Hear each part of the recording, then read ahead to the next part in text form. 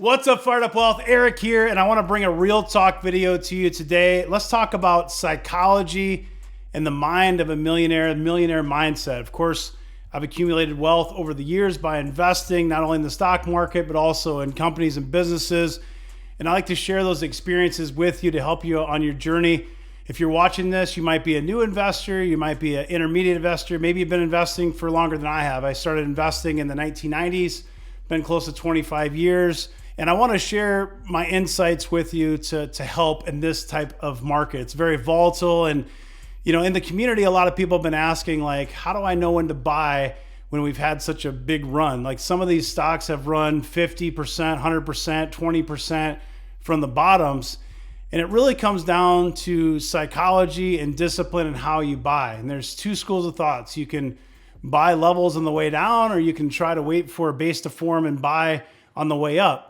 But I gave an example of, say, Shopify. Now, Shopify back in May and June, it bottomed around $100 a share, and it ripped up to, I think, $160 or $180. I think it was $160 per share.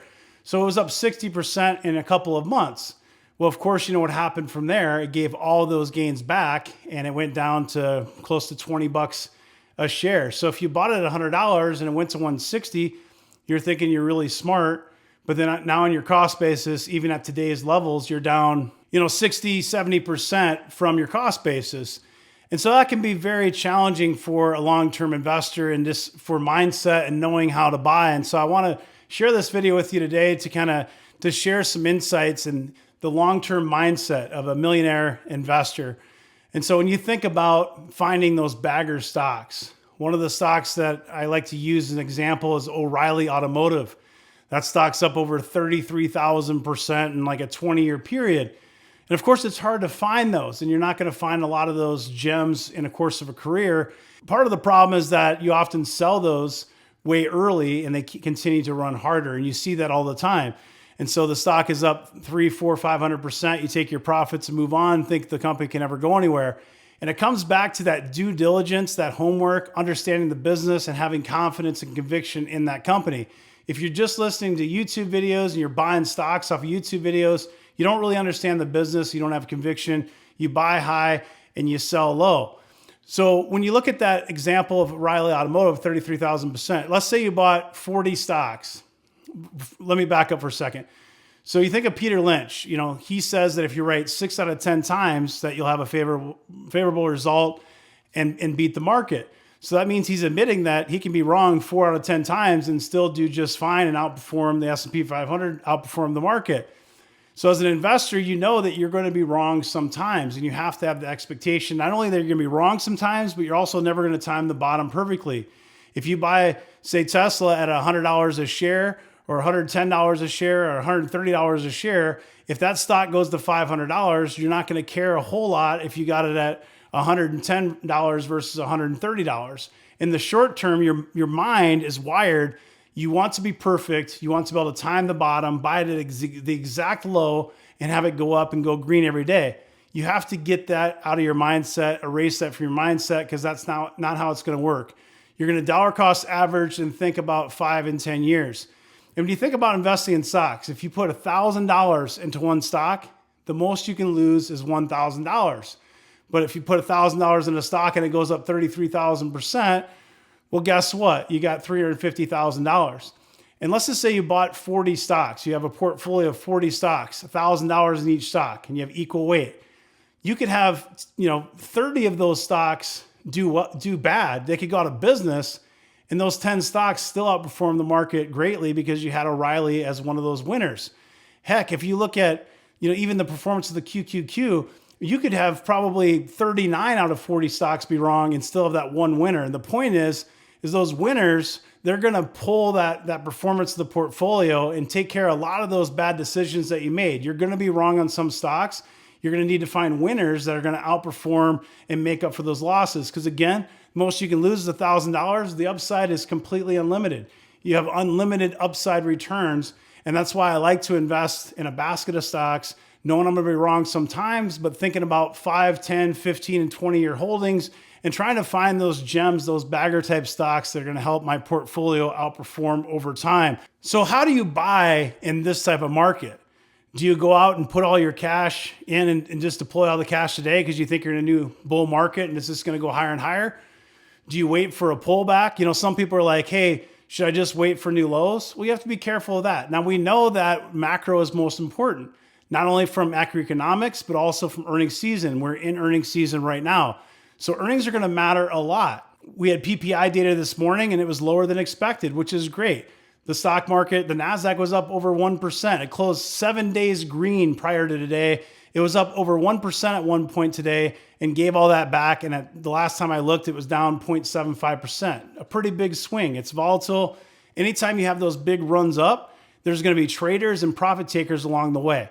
So you have to be careful chasing stocks, but at the same time, you also have to be careful of having the mindset that you're only going to buy a new low because you might not see a new low. So this is a very challenging environment. I've been investing for close to 25 years.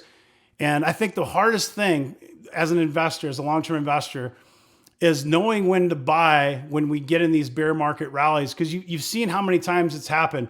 We had a bear market rally that basically started May, June, and went into August. Everything sold off. We had another one, late 2022, and CPI came in, lighter than expected or as expected, and the market ripped up and it gave it all back. And in individual stocks, you saw new lows with CrowdStrike and Tesla and a lot of these names. So it's very hard to know when to buy.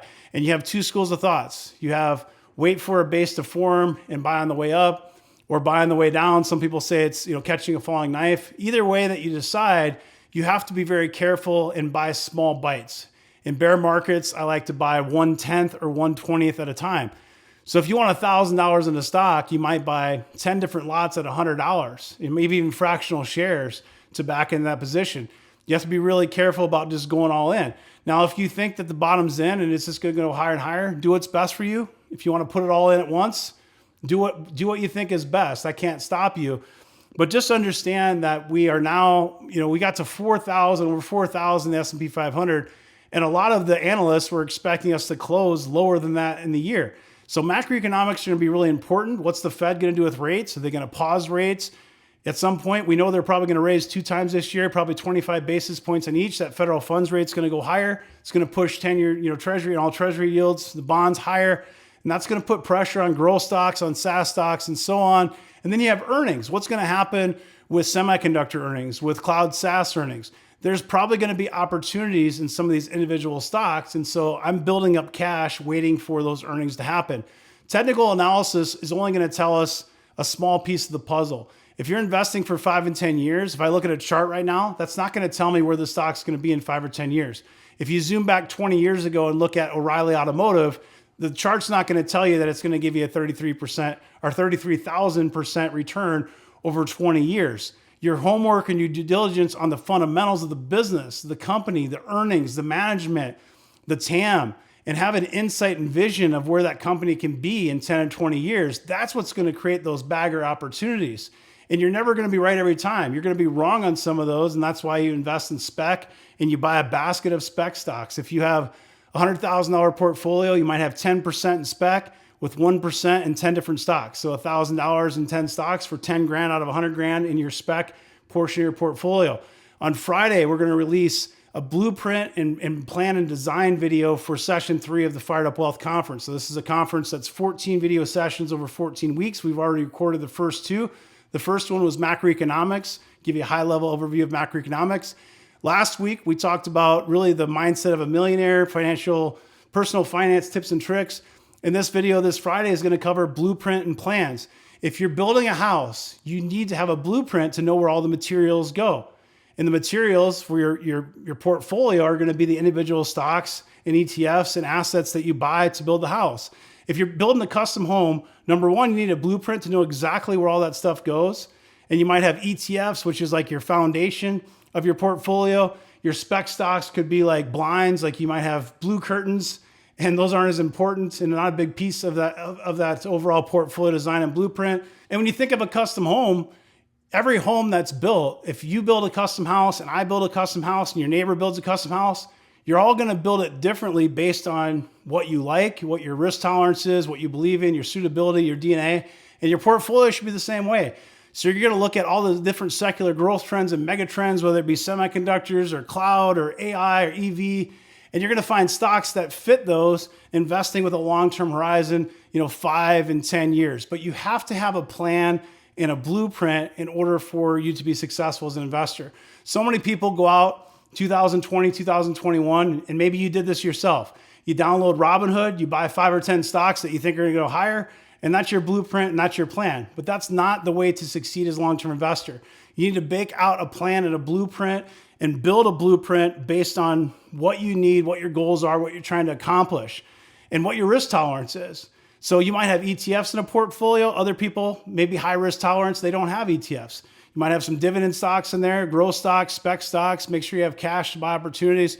But in this environment, here are the tips to be successful especially if you're a new investor, you have a small portfolio, because there's two things when you think of building wealth. There's the people that already accumulated wealth and they're focused on capital preservation. And then there's the people that are just starting out, have smaller portfolios, they're younger, and they're trying to build wealth, accumulate that capital, and they're doing that by growth stocks. So somebody that has millions of dollars is going to invest differently and try to preserve capital versus if you just start a $5,000 account and you're trying to get to be a millionaire status.